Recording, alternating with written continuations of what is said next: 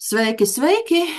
Kārtējā jaunajā video sērijā, kur mēs ar Ļenu turpināsim tēmu, ko runājām pagājušajā nodarbībā, nevis nodarbībā, bet video, jā, samisējās iepriekšējā video runājām tātad par to plānošanu, un šajā video jau solījām tad vairāk jau panalizēt jau un parunāt par to, kā tad reāli no tā punkta A nokļūt punktā B un kāda tad ir tā tehnika vai ne.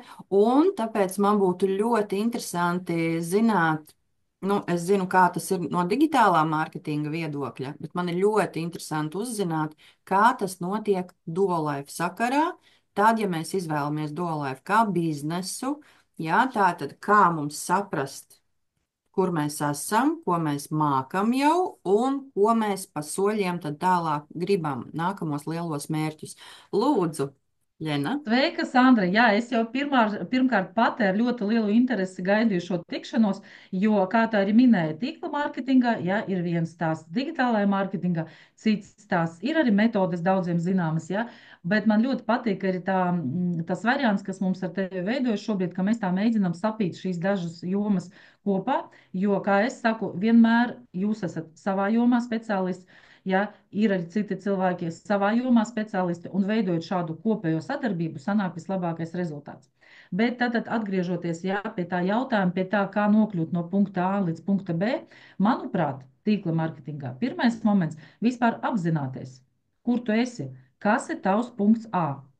Kā ir digitālajā mārketingā? Vai ir svarīgi vispār saprast, kur es esmu, lai varētu sākt to ceļu? Nu, protams, jo tāpēc, ka digitālajā mārketingā mums ir skaidra, konkrēta projektu izstrādes soļi, ja, kas Mhm, sāka, nu, stratēģijas izstrādes soļi, kas vienmēr sākās ar saucamo tādu svīdu analīzi, bet vienalga, lai kā mēs viņu mhm. nosaucam, bet nozīme un jēga ir vienkārši cilvēkam palīdzēt atrast, vai ne tikai cilvēkam, bet arī uzņēmumam, ja mēs runājam uzņēmumu sakarā, ja, vienkārši Mhm. atrast savas stiprās puses, vājās puses, iespējas un draudus, ja, Un tātad draudus, jā.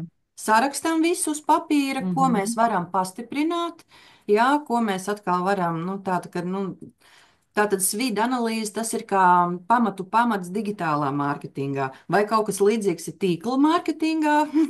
Pilnīgi noteikti, Sandriņa. Un es tagad klausījos tevi. Es domāju, kad mācījos universitātē, mums bija mārketinga pamati. Tas bija pagājušā gadsimtā, teikšu pat tā. Ja, un arī toreiz to sauca par SWOT analīzi. Nu, es pieļauju domu Tā dažādi ir tā pati, tulkojumi. Ja. tikai angliskā Tieši tā. versija. Tieši tā, jā. Tāpēc toreiz, redzi, modernie visu sludināja angļu valodu. Mums bija kolosāla pasniedzēja, ļoti emocionāla. Pateicoties viņai, starp citu, man arī ļoti patika tās lekcijas, jo viņas bija dzīvas, atraktīvas. Viņa pati pa sevi bija tāda koša dāma, ja, kaut gan strādāja universitātē. Kāds likās, kāds toreiz tīkla mārketings, bet arī viņa toreiz runāja par to svidu, kā tagad saka, svidu analīzi. Ja. Protams, ir ļoti svarīgi apzināties savas stiprās puses. Un šeit es gribētu teikt, nevajag kautrēties. Ja jūs protat labi dejot, pierakstiet, esmu laba dejotāja.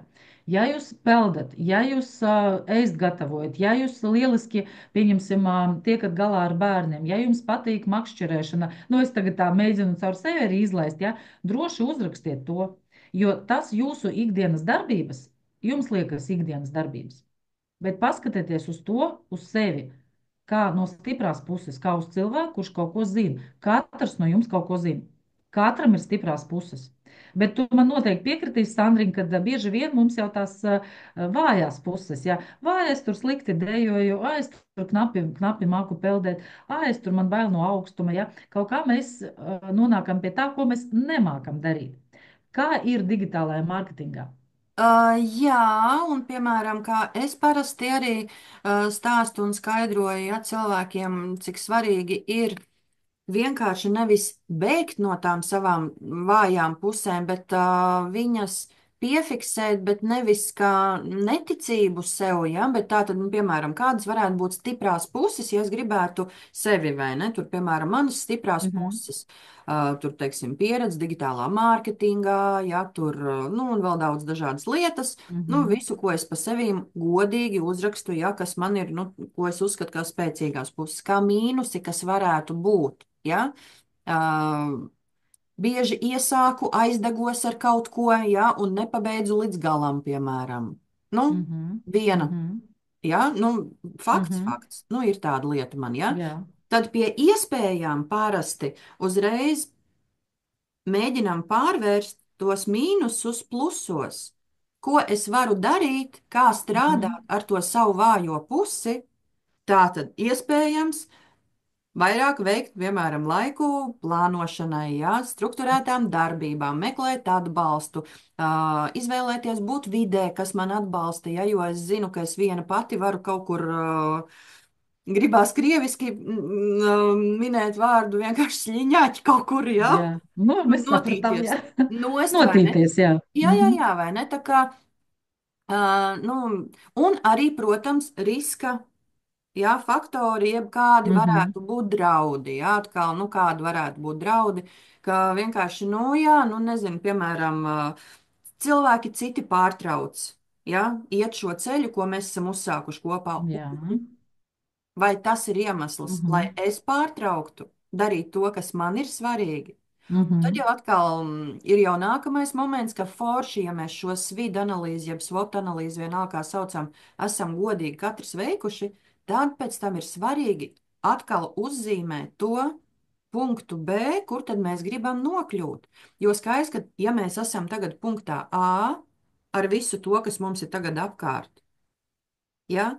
Darot to Mhm. pašu, ko mēs jau darām, mēs neko nemainīsim. Tā tad ir jāveido jaunas darbības, jauni soļi, vai ne, lai mēs varētu tikt līdz tam mērķim. Es tagad klausos tevi, un man, zini, uzreiz liekas, pagaidi, Sandra, mēs runājam par tīkla mārketingu vai par digitālo Par mārketingu. Man digitālo liekas, ka tas ir. mārketingu. Vai ne? Man liekas, ka tas ir tik līdzīgi, ka nu, pilnīgi arī tīkla mārketingā ir pilnīgi tādi paši soļi. Ja? Lai sasniegtu kaut ko, ir jāapzinās sākuma punkts, ja? Ir jāsaprot mērķis. Jo, piemēram, man arī daži saka, jā, es tur gribu nopelnīt 300 eiro. Super, super, kolosāli. Ja? Kas būtu jādara? Ja, saprast, un ko es varu darīt no sevis, kā cilvēks, apzinoties arī savas stiprās puses, vai man patīk, piemēram, būt uz skatuves, vai man patīk, nezinu, organizēt tur galda klāšanu, vai man patīk tur palīdzēt pie degustācijām. Arī šī ir palīdzība un darbs komandā. Vai man patīk vadīt prezentācijas, vai es tikai sapņoju par šo? Jo arī sapnis par to, ka es varētu, ticiet man, agri vai vēlu, viņš nonāk pie tā, ka jūs to darīsiet. Bet ja jūs pat nepiefiksējat pašā sākumā, pašā startā, kas jums patīk, arī īpaši tagad gribētu teikt, esošie kluba biedri, kas jau piedalās pasākumos, tad droši vien tā vieglāk saprast, o, šito es varētu, tas man patiktu, te es varētu palīdzēt, te es labprāt iesaistītos. Nekautrējamies arī pienākt un pateikt. Hei, es tur digitālā mārketinga speciālists, es varu palīdzēt ar slaidiem. Ja? Hei, es tur labi tieku galā ar to un to, es labprāt būtu komandā. Jo, ticiet man, tas ir ļoti liels atbalsts. Tad, kad nevis tu meklē, kas varētu, kas zina, kas māk, jā, vai mūsu komanda ir tas, kas tur pārzina to un to, vai zina to un to. Bet tad, kad tu apzinājies, ko tavi cilvēki māk un zina, cita jauda. Bet, lai to varētu saprast, pirmkārt, katram pašam ir jāsaprot, ko viņš māk, ko viņš zina un ko viņš grib. Jā, super. Līdzīgi, vai Nu, ne? jā, tā arī ir. Līdzīgi kā pie tevis. Jā, un tagad atkal iespējams vairāk mazliet par to mērķi. Tu arī iepriekš minēji vārdu sapnis, vai ne? Kad sapņo, ka grib tur 300 vai 500, cik Mhm, tur eiro mēnesī. Bet cik svarīgi, kā atšķirt sapni no mērķa. Ja, kā mhm, digitālā mārketingā ir skaidra atkal jau sistēma, tātad tāds smart ietvers, mhm, kas mums palīdz ar garantiju gandrīz, ja mēs veidosim šīs pareizās darbības, vai ne, sasniegt mērķi. Un es kā mhm, piemēru parasti stāstu, nu, piemēram, ja ir tāds jociņš, kad divas draudzenes satiekās savā starpā runā, ja, kad, nu, piemēram, es tev stāstu, vai ne, Oļena, atkal jau gribās uz Parīzi, un tu man saki, mhm. Sandra, tu esi bijusi Parīzē, un es tev atbildu, nē, bet ir jau gribējies. Ja, Vai ne? un ir tā cilvēki, Tieši tā. vai ne, Jā. kas visu laiku dzīvo sapņa ilūzijās, ka, bet es tā Mhm, gribu, bet kamēr mēs to savu gribu un to vēlmu nepārvēršam tik tiešām par mērķi, vai ne, mhm. tikmēr, nu, tad ir grūti sasniegt to, ja mēs nesaprotam. Un it kā tas smart ietvers, it kā liekas, nu, kaut kāda tehnika, ne tehnika, jā, bet, nu, vismaz pēc klasiskā digitālā mārketinga vienkārši, kad jāatbilst pieciem. punktiem. Ja? Tātad šim mērķim jābūt ir konkrētam, Un tieši tā. izmērāmam, Jā. sasniedzamam, Mhm. reālam un Jā. iekļautam noteikti Laikā. laika Nu, jā. robežās. Jā. Nevis es Jā. visu dzīvi mācos angļu valodu, bet tā arī nekur neesmu iemācījusies, ja? Vai visu Mhm. dzīvi sēžu uz diētām, bet tā arī neesmu atsekojusi, ja esmu zaudējusi vai neesmu Mhm. zaudējusi, un tā tālāk, tā tālāk. Kā ir atkal tīkla mārketingā? Šeit es arī noteikti gribu teikt, ka pilnīgi tas pats. Pilnīgi tas pats variants, pēc tam tagad runājot ar tevi, ja pat pasniedzos pēc lineāla, man ļoti patīk tas salīdzinājums. Viens salīdzinājums, ja grib apēst ziloni, sagriez viņu sastāvdaļās, tā teikt, ja, pa daļiņām apēt, un otrs moments par to laiku, kas mums ir atvēlēts un cik ātri viņš paskrien, ja. Nu, reku lineāls, nu, te ir 20 centimetri, paņemam 10. Nu, pieņemsim 1 centimetrs 10 gadi no mūsu dzīves. Mēs sakām, jā, es gribētu dzīvot līdz 100 gadiem. Forši, kolosāli. Statistika ir tāda, nu, ka mēs vidēji dzīvojam tur 70 plus. Nu, būšu optimistis, ka, jā, atstāšu no 10 jau 80. Kolosāli, nu, esmu nodzīvojis šobrīd šitik tālu, cik man ir palicis.